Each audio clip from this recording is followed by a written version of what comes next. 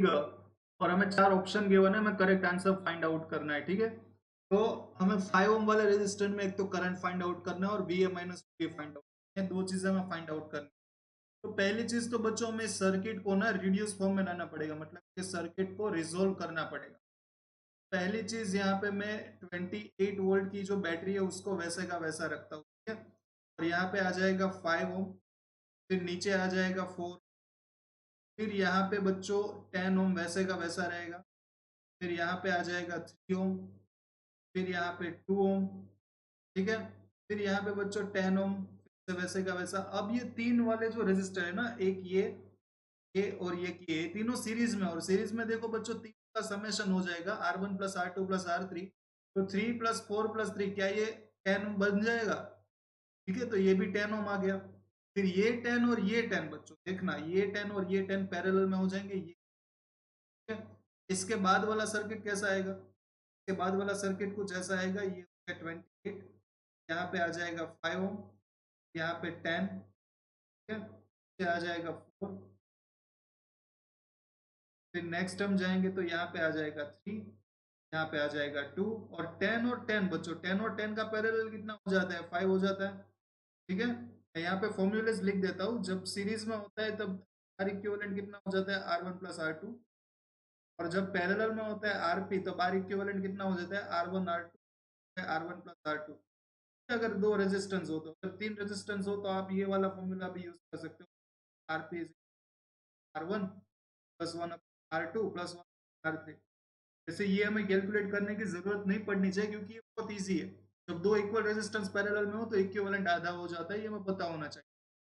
अब देखना बच्चों, ये 3, 5 और 2, ये भी 10 हो जाता है क्योंकि ये तीनों सीरीज में है। तो हमारी नेक्स्ट नेक्स्ट फिगर क्या बनेगी, नेक्स्ट फिगर हमारी कुछ ऐसी बनेगी, मेरा हमारा 28 वोल्ट का बैटरी, यहाँ पे 4 का रेजिस्टेंस, यहाँ पे 5 ओम का रेजिस्टेंस, यहाँ पे ओम का रेजिस्टेंस, ये 3, 5 और 2 ये फिर से तीन सीरीज में, और तीन का समेशन बन जाएगा 10 बन जाएगा, ठीक है। फिर से देखोगे तो ये 10 और 10 क्या है, पैरेलल में। इसका नेक्स्ट इक्विवेलेंट क्या हो जाएगा, नेक्स्ट इक्विवेलेंट बच्चों हो जाएगा ये 28 वोल्ट बैटरी, और सॉरी 5 ओम का रेजिस्टेंस, यहाँ पे 4, और यहाँ पे बच्चों 10 और 10 फिर से पैरेलल में होके 5 हो जाएगा, ठीक है। 5 और 5 10 हो जाएगा, 10 और 4, अब देखो ये तीन सीरीज में है, इन तीनों का एडिशन होके फाइनली क्या हो जाएगा, 8 वोल्ट। ये तीनों का एडिशन कितना हो जाएगा, 14 हो जाएगा, 14। बच्चों इसमें से करंट कितना निकलेगा ये हम फाइंड आउट कर सकते हैं, कैसे कर सकते हैं, देखो यहाँ पे I इज इक्वल टू क्या होता है, टोटल वोल्टेज 28 और टोटल रेजिस्टेंस है 40, टोटल करंट कितना हो गया 2 एम्पियर, मतलब कि इस बैटरी में से करंट कितना जाएगा 2 एम्पियर। तो क्या मैं कह सकता हूँ ये 2 एम्पियर इस पूरे सर्किट में फ्लो करेगा, ठीक है। मतलब 5 इसमें भी 2 एम्पियर जाएगा, और इसमें भी 2 एम्पियर जाएगा, और ये 5 वाले में, अब ये 5 किससे बना है, ये दो रेजिस्टेंस से बना है, ठीक है। ये 5 दो रेजिस्टेंस से बना है, इसमें भी कितना करंट जाएगा 2 एम्पियर। तो अगर मैं देखूं तो ये दोनों रेजिस्टेंस इक्वल है, तो ये 2 एम्पियर दोनों में बढ़ जाएगा, ठीक है। 5 एम्पियर में फिर से देखो बच्चों कितना जा रहा है 2 एम्पियर। अब ये 5 किससे बना हुआ है, 10 और 10 से, ठीक है। अब दोनों इक्वल है तो दोनों में करंट आधा बढ़ जाएगा, टोटल कितना था 2 एम्पियर, तो इसमें 1 एम्पियर और इसमें भी 1 एम्पियर। समझ में आ रहा है बच्चों आपको। अब हमें क्या पूछा है, करंट इन 5 ओम रेजिस्टेंस, 5 ओम तो यही है ना, इसमें कितना करंट पास आउट हो रहा है, देखो ये 2 एम्पियर, पहला ऑप्शन तो हमारा सही हो गया। फिर current in the 5 ohm resistance is 1 ampere, ये गलत हो गया, पहला सही है तो दूसरा गलत हो जाएगा।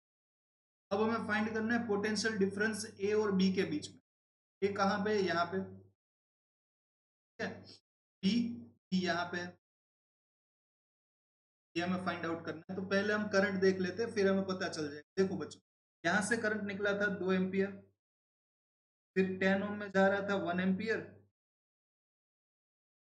ये 10 में भी 1 एम्पियर, तो वो इन पूरे तीनों जो उस 1 एम्पियर ही जाएगा ना, और मेरा आपको सीरीज में है उसमें 1 एम्पियर ही जाएगा। तो अब हमें क्या पूछा है कि वीए और वीबी कितना होगा। देखो ये वाली सर्किट ध्यान से देखो, कौन सी वाली, ये, ठीक है। इसमें हम ए से बी की तरफ जा रहे हैं, तो वीए माइनस करंट कितना है 1 एम्पियर, 1 इंटू 3 हो जाएगा, फिर हम जा रहे हैं 5 ओम वाले रेजिस्टर में, तो वहां पे 1 × 5 हो जाएगा और हम पहुंच जाते हैं वीबी पे।